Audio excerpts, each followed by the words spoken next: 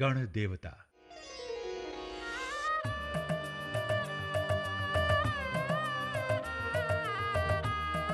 लीजिए सुनिए स्वर्गीय श्री ताराशंकर बंदोपाध्याय के बांग्ला उपन्यास गण देवता पर आधारित रेडियो धारावाहिक की दूसरी कड़ी। पिछली कड़ी में आपने सुना अनिरुद्ध लोहार और गिरीश बढ़ई गांव छोड़कर शहर जाने का फैसला लेते हैं, क्योंकि काम का जो मेहनताना उन्हें मिलता है उससे उनके परिवार की गुजर बसर नहीं होती। गांव में पंचायत बैठती है और उनसे फैसला बदलने के लिए कहा जाता है, जिसे वो ठुकरा देते हैं। रातों रात अनिरुद्ध के खेत का धान चोरी हो जाता है। तो लीजिए आगे सुनिए धारावाहिक गण देवता की दूसरी कड़ी।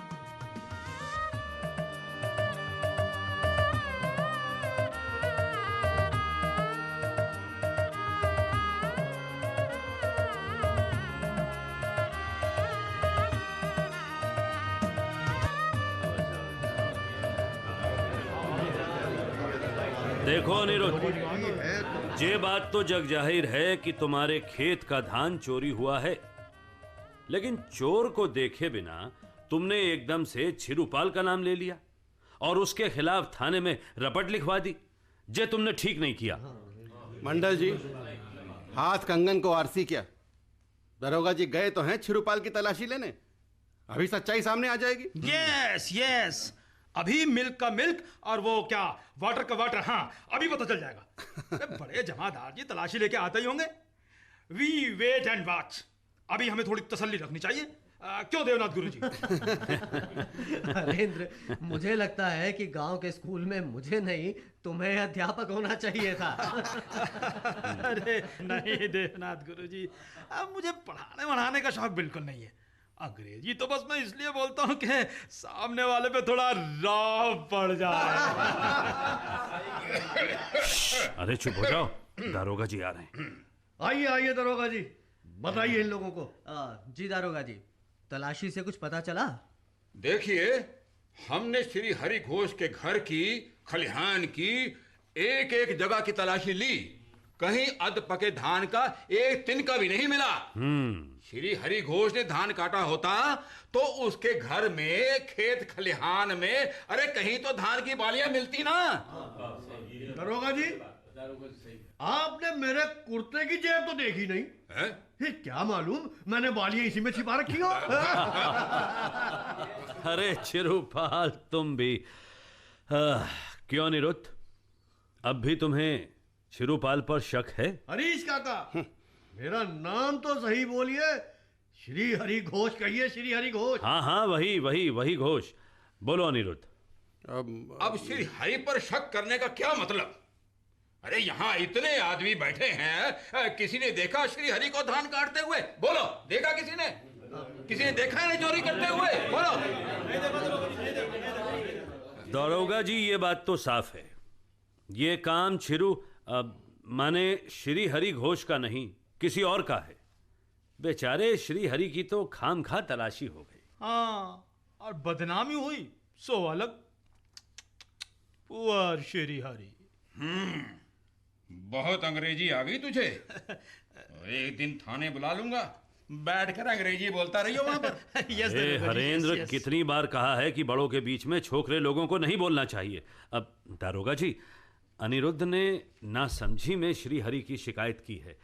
खैर, अब इसका शक दूर हो गया है, अच्छा ही हुआ। मैं चलता हूं।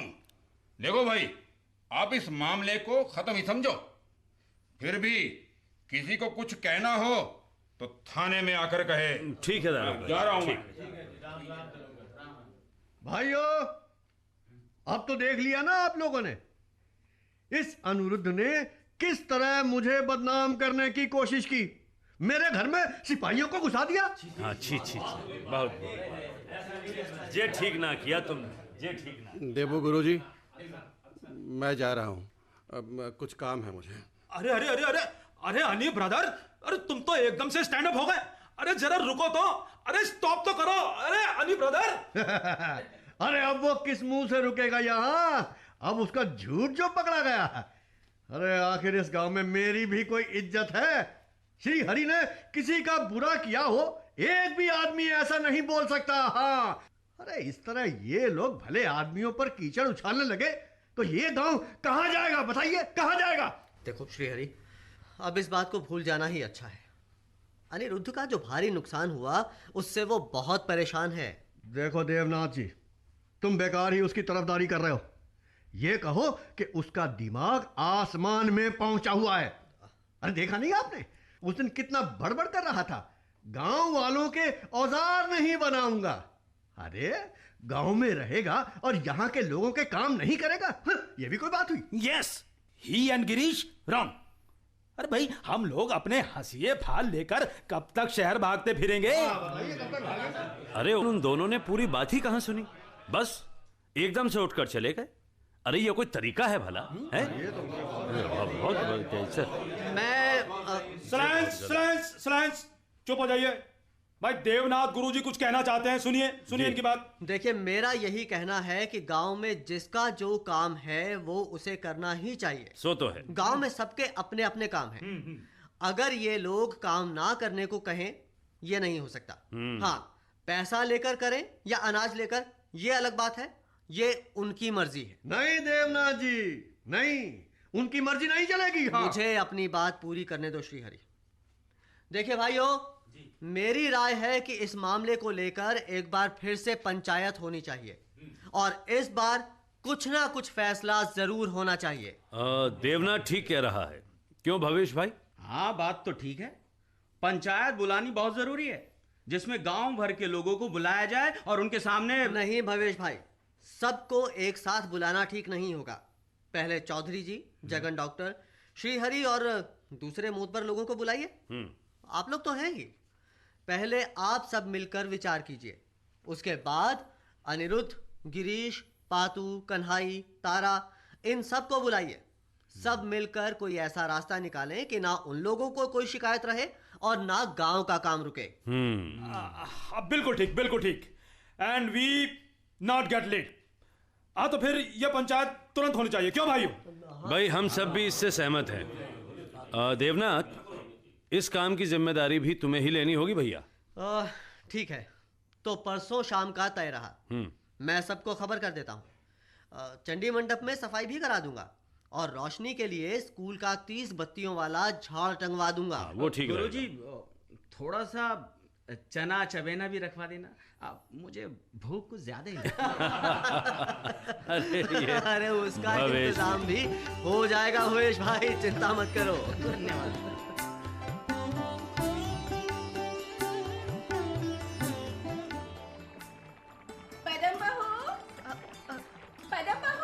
कौन? अरे ये क्या पदम बहू, तुम तो घड़ा भरकर एकदम से घर जाने लगी हो। अरे आज नहाओगी नहीं क्या? नहीं दुर्गा, घर में ही नहा लूंगी। बहुत देर हो गई है, अभी रसोई तैयार करनी है। अरे पदम बहू, छिन भर ठहरो तो सही। देखो ना, मेरा नहाना धोना हो गया। मैं भी चलती हूँ तुम्हारे साथ। जरा ठहरो। हाँ। चलो आओ। चलो लोहार बहू, आओ।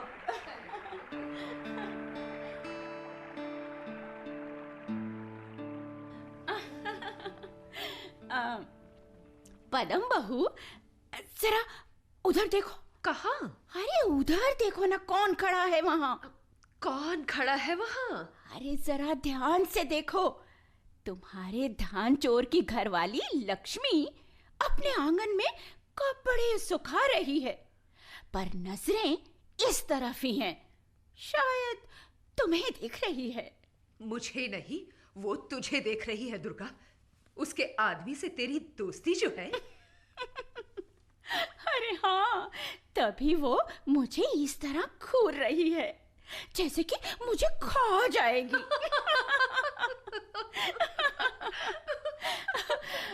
लोहार बहू, दोस्ती का तो पता नहीं। हाँ, उस मर्दुए से 2-4 मीठी बातें करके कुछ पैसे जरूर छटक लेती हूँ। अच्छा दुर्गा, अब तू जा, मुझे जरा देर यहाँ रुकना है। हाँ, यहाँ रुकना है? किस लिए? कल मेरे घर के पिछवाड़े आकर छिरूपाल की माँ ने हमें 100 गालियां दी। हाय। इसलिए कि हमने थाने में उसके बेटे के खिलाफ रिपोर्ट लिखाई, उसकी बदनामी की। दुर्गा दुर्गा, कल से मेरे मन में आग लगी हुई है। हाय हाय, तो अब मुझे उसकी गालियों का, उसकी जली कटी का जवाब देना है। तू जा दुर्गा, तू जा। हाँ, ठीक है, जैसी तुम्हारी मर्जी। ठीक है लोहार बहू, मैं चलती हूँ। अरे ओ छिरुपाल की माँ, मेरे खेत का धान काट लिया तेरे बेटे ने, और ऊपर से पुलिस जमादार को पैसा खिलाकर साधु बनता है। अरे कोट फूटेगा उसके घर में। मेरे धान से हैजा फैलेगा तुम्हारे घर में, कोई नहीं बचेगा। हाँ, अरे तेरे दोनों बेटे मरे, एक भी नहीं बचेगा। सुना? अरे भगवान से डरो, सर्वनाश होगा सर्वनाश। मेरा चावल खा के जिंदा ना बचोगे तुम लोग। हाँ, कहे देती हूँ।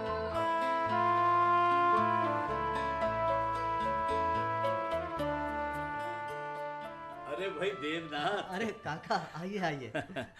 पंचायत कर रहे हो, ये जानकर अच्छा लगा। एक जगह मिल बैठकर बात करने से ही संकट दूर हो सकता है।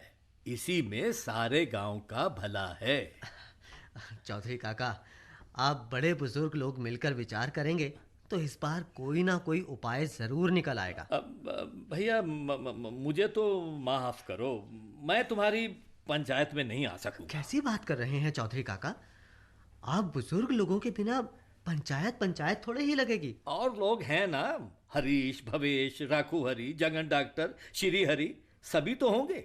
एक मेरे ना होने से क्या फर्क पड़ता है? पड़ता है काका, पड़ता है। आपकी जगह तो कोई दूसरा नहीं ले सकता। आपका सब इतना आदर मान करते हैं, आपको तो उस दिन की पंचायत में मेरा कितना आदर मान हुआ, तुमने देखा ही था देवनाथ। काका, कोई मेरी बात सुनने को तैयार नहीं था। मैं उठकर ना जाता तो शायद श्री हरि खुद ही मुझे चले जाने को कह देता। देखिए काका, उस दिन आप जैसे बुजुर्ग का इतना अपमान हुआ, ये पूरे गांव के लिए शर्म की बात है। लेकिन काका, गांव में सभी तो श्रीहरि नहीं है ना। मैं आपको विश्वास दिलाता हूं, इस बार ऐसा कुछ नहीं होगा। सबको शांति से बात सुननी पड़ेगी, ये मेरा जिम्मा रहा। जानता हूं देवू गुरुजी, तुम स्कूल में अनुशासन रख सकते हो तो क्या पंचायत में नहीं रख पाओगे? हाँ काका, एक दिन छोटे बच्चों की जगह बड़े बच्चे ही सही। अब तो आप आएंगे ना? भाई आखिर तुम जीते गुरुजी। शुक्रिया चौधरी काका, बहुत बहुत शुक्रिया।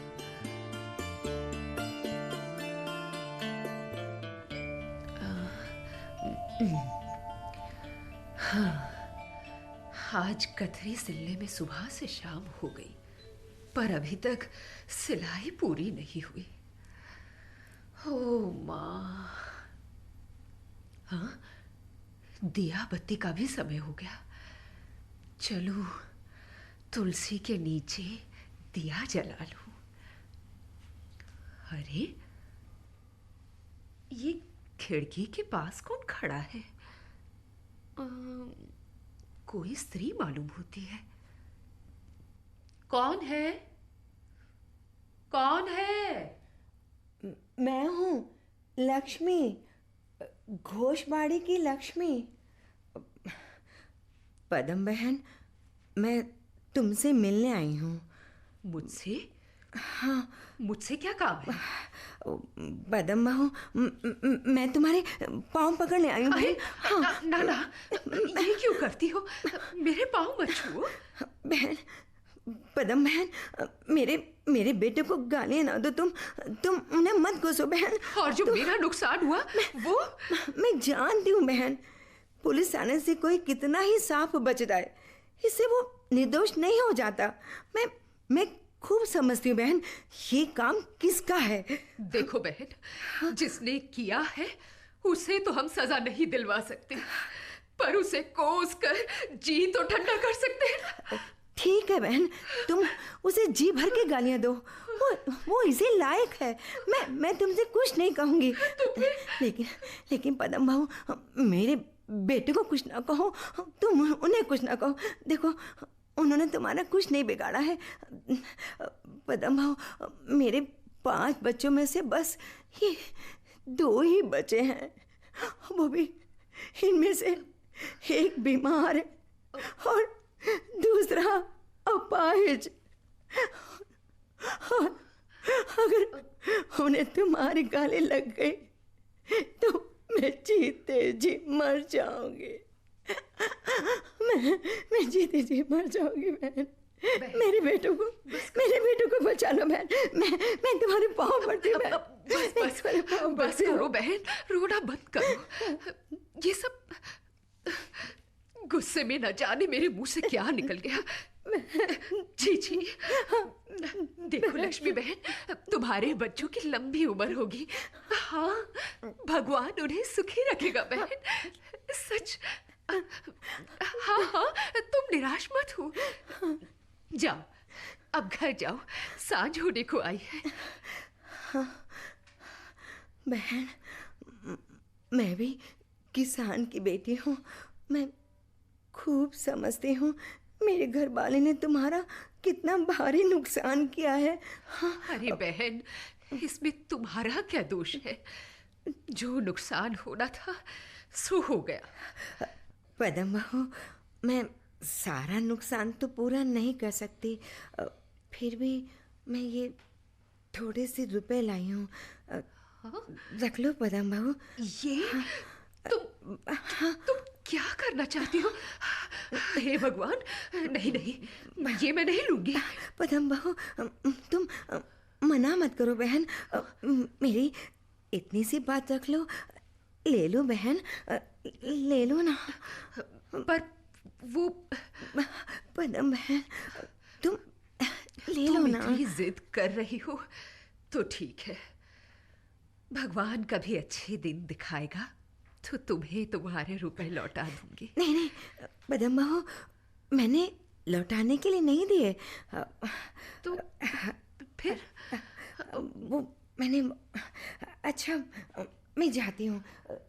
कहीं उन्हें मेरे आने का पता लग गया तो मेरी गर्दन नहीं बचेगी। हाँ, मैं जाती हूँ पदम बहू। अच्छा बहन। इतनी भली औरत के भाग्य में क्या ऐसा राक्षस आदमी लिखा था?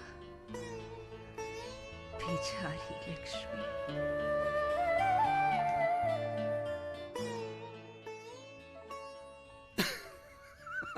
हाँ, कुछ तो बोलो। अरे पदम, बात इतनी मजेदार है कि तुम सुनोगी तो हंसते हंसते लोटपोट हो जाओगी। अच्छा, ऐसी क्या बात है? हाय राम, तुम तो हंसते ही जा रहे हो। बताओ ना, क्या बात है? अरे बताता हूँ। असल में मुझे हरेंद्र ठाकुर की शक्ल याद आ रही है। क्या हुआ हरेंद्र ठाकुर की शक्ल को? अरे बेचारा हरेंद्र घोषाल आज बड़े बेमौके फंस गया। और फंसाने वाला कौन? तारा। आखिर क्या हुआ, ये तो बताओ। अरे हुआ ये कि मेरी और गिरीश की देखा देखी तारा ने भी कह दिया कि धान के बदले सारे साल गांव भर की हजामत नहीं बनाऊंगा, क्योंकि धान तो आधे लोग ही देते हैं। अच्छा। और मैं हजामत बनाऊंगा तो नगद पैसा लेकर। तो फिर? अरे फिर क्या, आज जब हरेंद्र हजामत बनवाने गया तो तारा ने पैसे मांगे। कुछ बकझक हुई, आखिर उसने हरेंद्र से पैसे देने की हाँ कराई ली। अब आगे सुन। आधी हजामत बनाकर तारा बोला, ठाकुर पैसे? हरेंद्र ने कहा, कल दे दूंगा। उसका ये कहना था कि तारा ने फौरन सामान समेट लिया और बोला, ठाकुर बाकी हजामत अब कल ही बनेगी।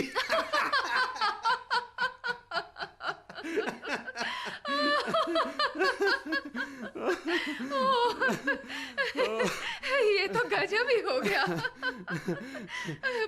फिर क्या, हरेंद्र ने कितनी तो खुशामद की, गालियां भी दी, पर तारा अंदर जाके बैठ गया। और हरेंद्र की सूरत देखने लायक थी। एक ओर से मर्द और दूसरी ओर से स्त्री। अरे सब लोग हंस रहे थे उसकी सूरत देखकर। अभी मिला था रास्ते में, मैं तो उसे पहचान ही नहीं सका। ऐसा लग रहा था जैसे बस बस, अब हंसना बंद करो। मेरे पेट में दर्द हो रहा है। मेरे तो आंसू निकल आए। अरे खाना भी ठंडा हो गया, देखो। चल पदम, खाना तो गर्म हो जाएगा, पर ऐसा हंसने का मौका हमें कहाँ मिलता है पगली।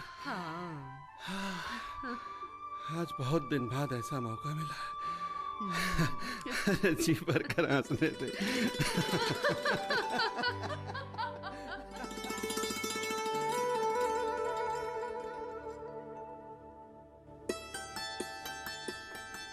अन्नी भाई, हाँ?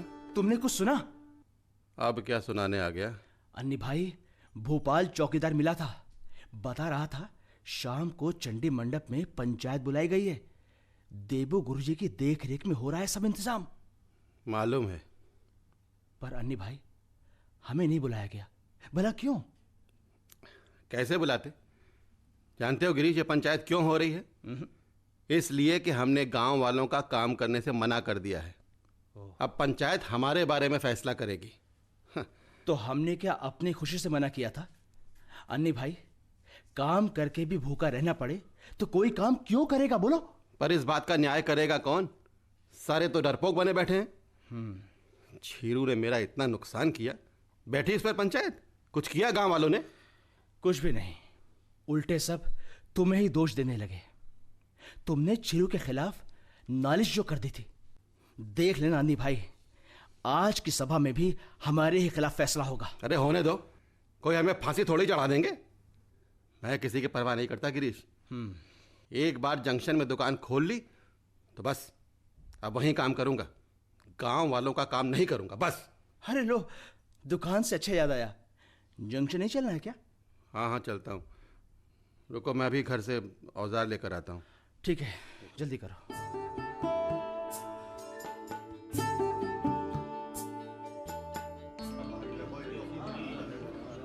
अरे वाह देबू वाह, आज तूने चंडी मंडप की काया पलट दी। जी भवेश भाई, हाँ, देखो कितना चमक रहा है चंडी मंडप।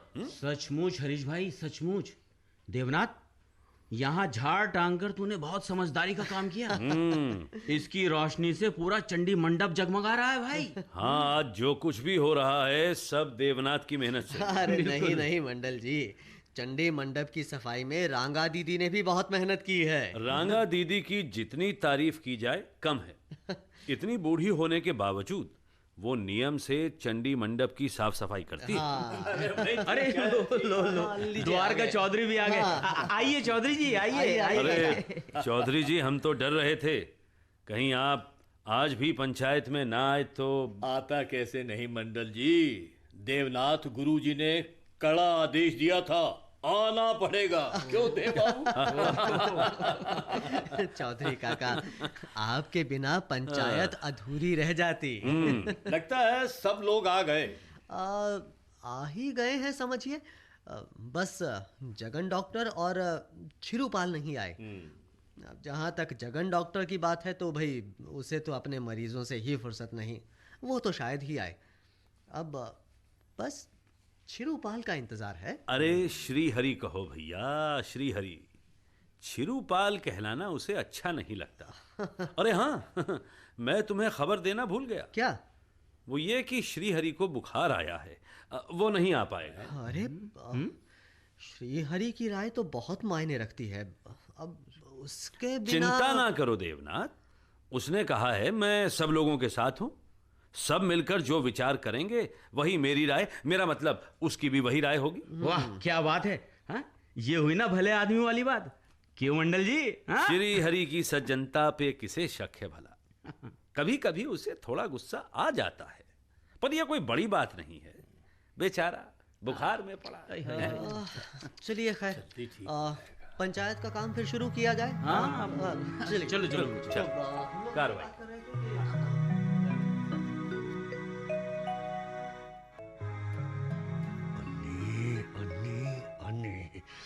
अरे इस अन्नी लोहार की वजह से आज मुझे बुखार का बहाना करना पड़ा। पंचायत में क्या मुंह लेकर जाता मैं? अरे सारे गांव को मालूम है, मेरे घर में पुलिस आई, मेरी तलाशी हुई। अरे ये क्या कम बेइज्जती की बात है? पुलिस को रुपए पूजने पड़े सो अलग। नहीं अन्नी, नहीं नहीं, जब तक अपने अपमान का बदला नहीं ले लूंगा मैं चैन से नहीं बैठूंगा। उसको बर्बाद करके रख दूंगा, उसके घर में आग लगा दूंगा।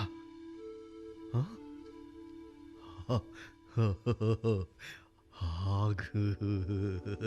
अगर उसके घर में आग लगा दूं तो कैसा रहेगा?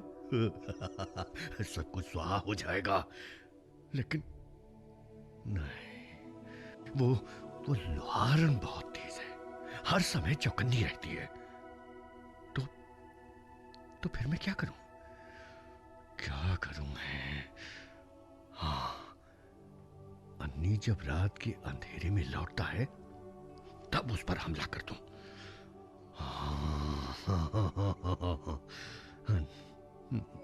नहीं, ये भी नहीं हो सकेगा। अरे उसके साथ वो गिरीश जो रहता है हर वक्त, तो फिर ये मैं क्या करूं? ये अनिरुद्ध भी तो घर में कम रहता है, लेकिन ये लुहारन घर में अकेली रहती है। तो क्या करूं? दीवार बांधकर उसे लेकिन नहीं, उसके पास वो तेज धार वाला दाव है। देखा नहीं उस दिन कैसे हाथ में लिए आ रही थी? ये भी नहीं, वो भी नहीं, तो मैं क्या करूं मैं?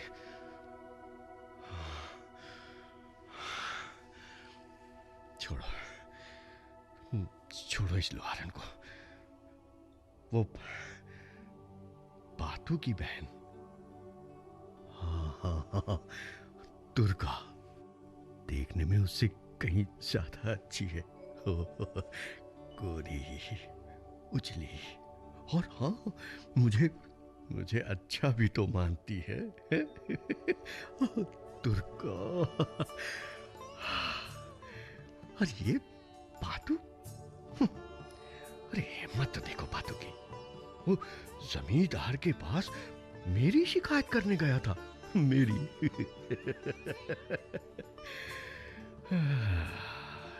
दुर्गा, चलो दुर्गा के पास ही चला जाए, थोड़ा जी तो बहलेगा।